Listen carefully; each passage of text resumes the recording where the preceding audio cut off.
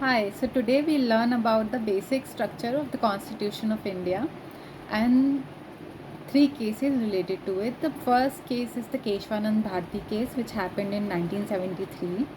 The second case is the M. Nagaraj case, which happened in 2007. And the third case is IR Kohlo case. Basic structure is a concept that is not written in the Constitution of India. It is a concept that was devised by the judiciary to protect the constitution, to protect its abrogation by the legislature. As you all, as you know, even if you don't know, I will tell you that the constitution came into some of the parts of the constitution came into effect in the November 1949, 26th of November 1949, and the rest of the provisions came into effect in 26th of January 1950. In 1973, there was a case filed by a holy person, Keshwanand Bharti ji, who was against the Kerala Act that had been brought for land reforms.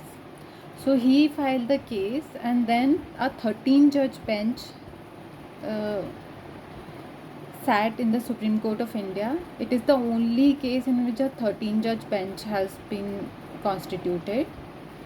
So first let us understand what is the basic structure. What is it that the judges mean by the basic structure?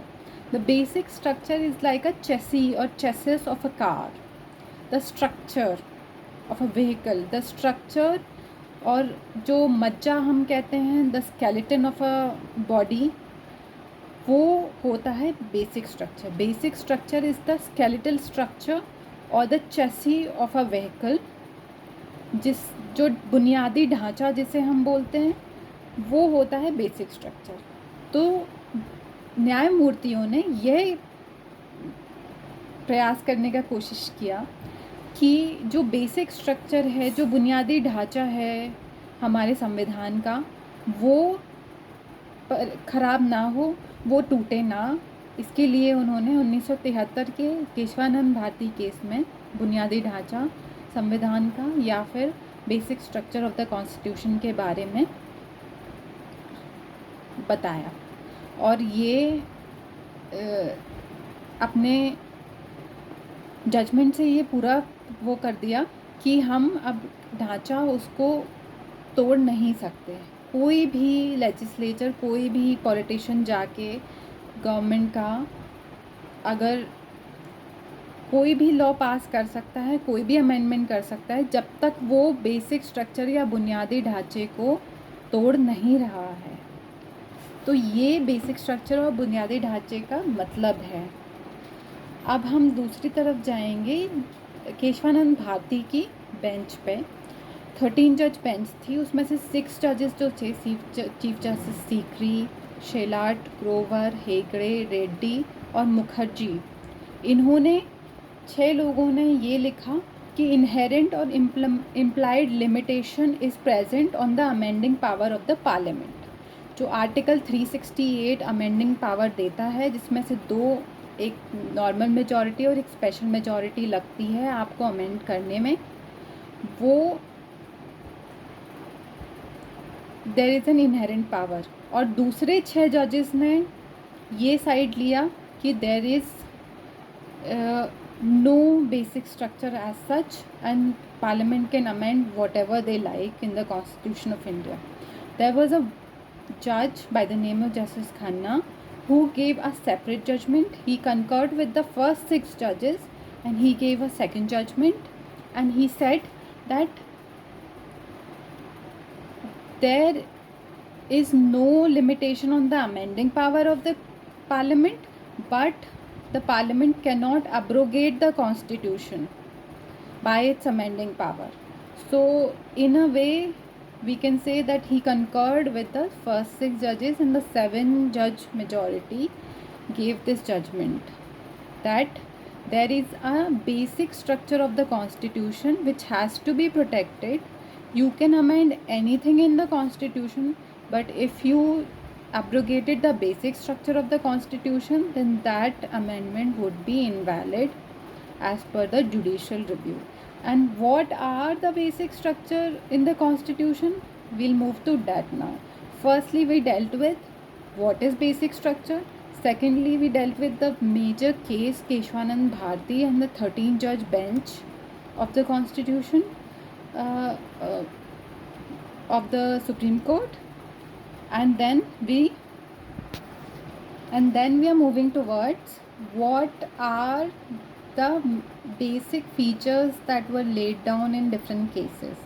In the Keshwanand Bharti case, there has been criticism that they were not very clear with the basic features. But in the M. Nagaraj versus Union of India case in 2007, the Supreme Court made it clear that there is no fixed list of basic structure of the constitution, basic features of the constitution. They will be laid down as per the facts of the case. So M. Nagaraj was a case on article on equal opportunity case, in which the promotions were to be held within the affirmative action of the Constitution of India. So that is M. Nagaraj case. So in M. Nagaraj case, they said that basic features is not an exhaustive list, and we will decide as per the facts of the case, right? So M. Nagaraj came in 2007. And then in I.R. Kohlo case, which is the most recent case, if we leave out Puttaswamy case of right to privacy. So in I.R. Kohlo case, they said that there is a 9th schedule to the constitution, and any law kept there is generally immune from judicial review of the Supreme Court of India. But in I.R. Kohlo case, they said that there is judicial review can be had from any law which is kept in the 9th schedule of the constitution if it is kept there after 24th April 1973. So in Keshwanand Bharti case, they followed a practice of prospective overruling. Prospective मतलब आगे का. तो 24th April 1973 को जब ये केशवानंद भारती का judgement आया था, तब से उन्होंने ये डिसाइड कर लिया कि जो भी इस केशवानंद भारती में लिखा है वो 24 अप्रैल 1973 24 अप्रैल 1973 के बाद के केसेस से होगा. तो जो कुछ भी 24 अप्रैल 1973 के पहले हुआ है ये उस पर अप्लीकेबल नहीं होगा. रेट्रोस्पेक्टिव ओवर रूलिंग नहीं थी, प्रोस्पेक्टिव ओवर रूलिंग थी. तो I.R. कोहलो में ये बोला है कि प्रोस्पेक्टिव ओवर रूलिंग है, और जो भी 9th शेड्यूल में आप डालोगे केसेस जिनको जुडिशल रिव्यू से जो लॉज 9th शेड्यूल में आप डालते हो जो जुडिशल रिव्यू से इम्यून होती थी, I.R. कोहलो में बोला है कि 1973 24 अप्रैल के बाद जो भी लॉज डली हैं they are open to judicial review. आप उन्हें चैलेंज कर सकते हो केस कोर्ट में, तो अगर वो बेसिक स्ट्रक्चर को अब्रोगेट कर रही हैं. तो इसीलिए अभी इस वीडियो में हमने 3 केसेस बेसिक स्ट्रक्चर की. पहले तो बेसिक स्ट्रक्चर क्या होता है कॉन्स्टिट्यूशन ऑफ इंडिया में वो लिखा नहीं गया है, वो 1973 के केस में बोला गया था. फिर दूसरा हमने देखा कि केशवानंद भारती में 13 जज बेंच में 7 जजेस ने क्या जजमेंट दिया. और उसके बाद हमने एम नागराज पर देखा कि एम नागराज में कैसे ये बोला गया है कि वो फैक्ट्स ऑफ द केस पे डिपेंड करता है कि बेसिक फीचर्स क्या होंगे. और ये इवन दो क्रिटिसिज्म बोला जाता है कि ये बहुत वेग क्राइटेरिया है, पर अभी यही बात है. और फिर उसके बाद हम I.R. कोहलो गए कि 9th शेड्यूल में जो भी लॉज रखी हैं उनको जुडिशल रिव्यू में चैलेंज किया जा सकता है अगर वो बेसिक स्ट्रक्चर को अब्रोगेट कर रही हैं तो। पर वो प्रोस्पेक्टिव ओवर रूलिंग है, 24 अप्रैल 1973 के बाद की ही केसेस हम देख सकते हैं, है ना। तो ये 3 हमने देखी।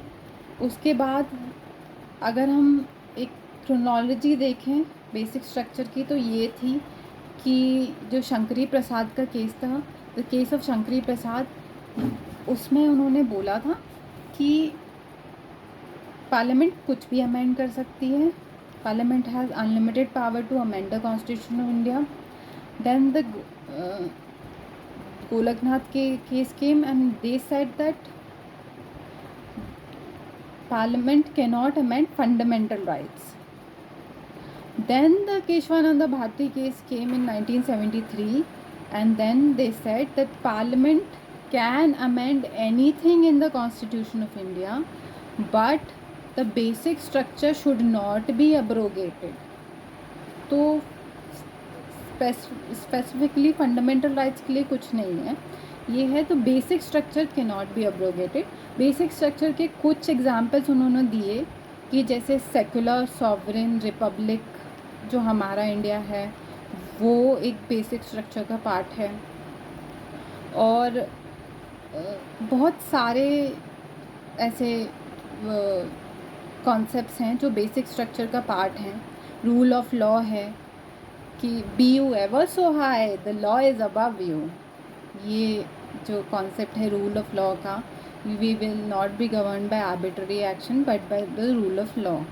और जो जुडिशियल रिव्यू का कॉन्सेप्ट है कि हाई कोर्ट्स और supreme court of India judicial review कर सकते हैं। आप कोई भी लॉ, कोई भी बाय लॉ, जो भी आर्टिकल 13 में जितना भी लॉ को डिफ़ाइन किया गया है, अगर आप उसको लेके आते हो हाई कोर्ट या सुप्रीम कोर्ट के अंदर जुडिशियल रिव्यू में, तो वो एक्सेप्टेबल है। और आप कोई भी लॉ जो जुडिशियल रिव्यू हटाती है वो बेसिक स्ट्रक्चर को एब्रोगेट कर रही है।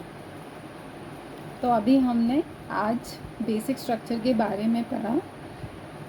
इस पे एक बहुत डिटेल्ड वीडियो बन सकता है, क्योंकि 1973 के बाद मैंने सिर्फ 2 ही केसेस बताए हैं, पर इसमें बहुत सारे केसेस आते हैं। 1973 के बाद बहुत सारे केसेस में इन्होंने इंडिपेंडेंस ऑफ द जुडिशरी को भी किया है इंक्लूड। तो बहुत सारे केसेस आते हैं। अभी जो स्कोरा वाला केस हुआ था जब एनजैक आया था, तो वो भी इंडिपेंडेंस ऑफ द जुडिशरी को वो करता था। इसमें बहुत सारे केसेस हैं, तो बहुत बड़ा डिटेल वीडियो भी बन सकता है, पर ये एक इंट्रोडक्टरी वीडियो था basic structure of the constitution के लिए, क्योंकि कॉन्स्टिट्यूशन ऐसी चीज़ है जो सबको पता होनी चाहिए, पर क्योंकि हमारा लेंथीएस्ट कॉन्स्टिट्यूशन है तो इसीलिए परेशानी होती है कि सभी भारत के नागरिकों को इसका पता नहीं है। पर मेरी ये कोशिश रहेगी इन वीडियोस के द्वारा कि भारत के सभी नागरिकों को इन चीज़ों का पता चले। तो अगर डिटेल वीडियो बनाना होगा, आपके कमेंट्स आएंगे तो डिटेल वीडियो भी बनाऊंगी। अभी तो ये छोटा वीडियो ही मैं आपको बनाना चाह रही हूँ कि ये देखने के लिए कि आप क्या सोचते हैं भारत के संविधान के लिए और भारत का जो बुनियादी ढांचा है उसके लिए। तो अभी मैं इसको समाप्त करती हूँ और ये कोशिश करती हूँ I will try my best to bring the gist of any concept to you. Until then, keep watching and keep learning.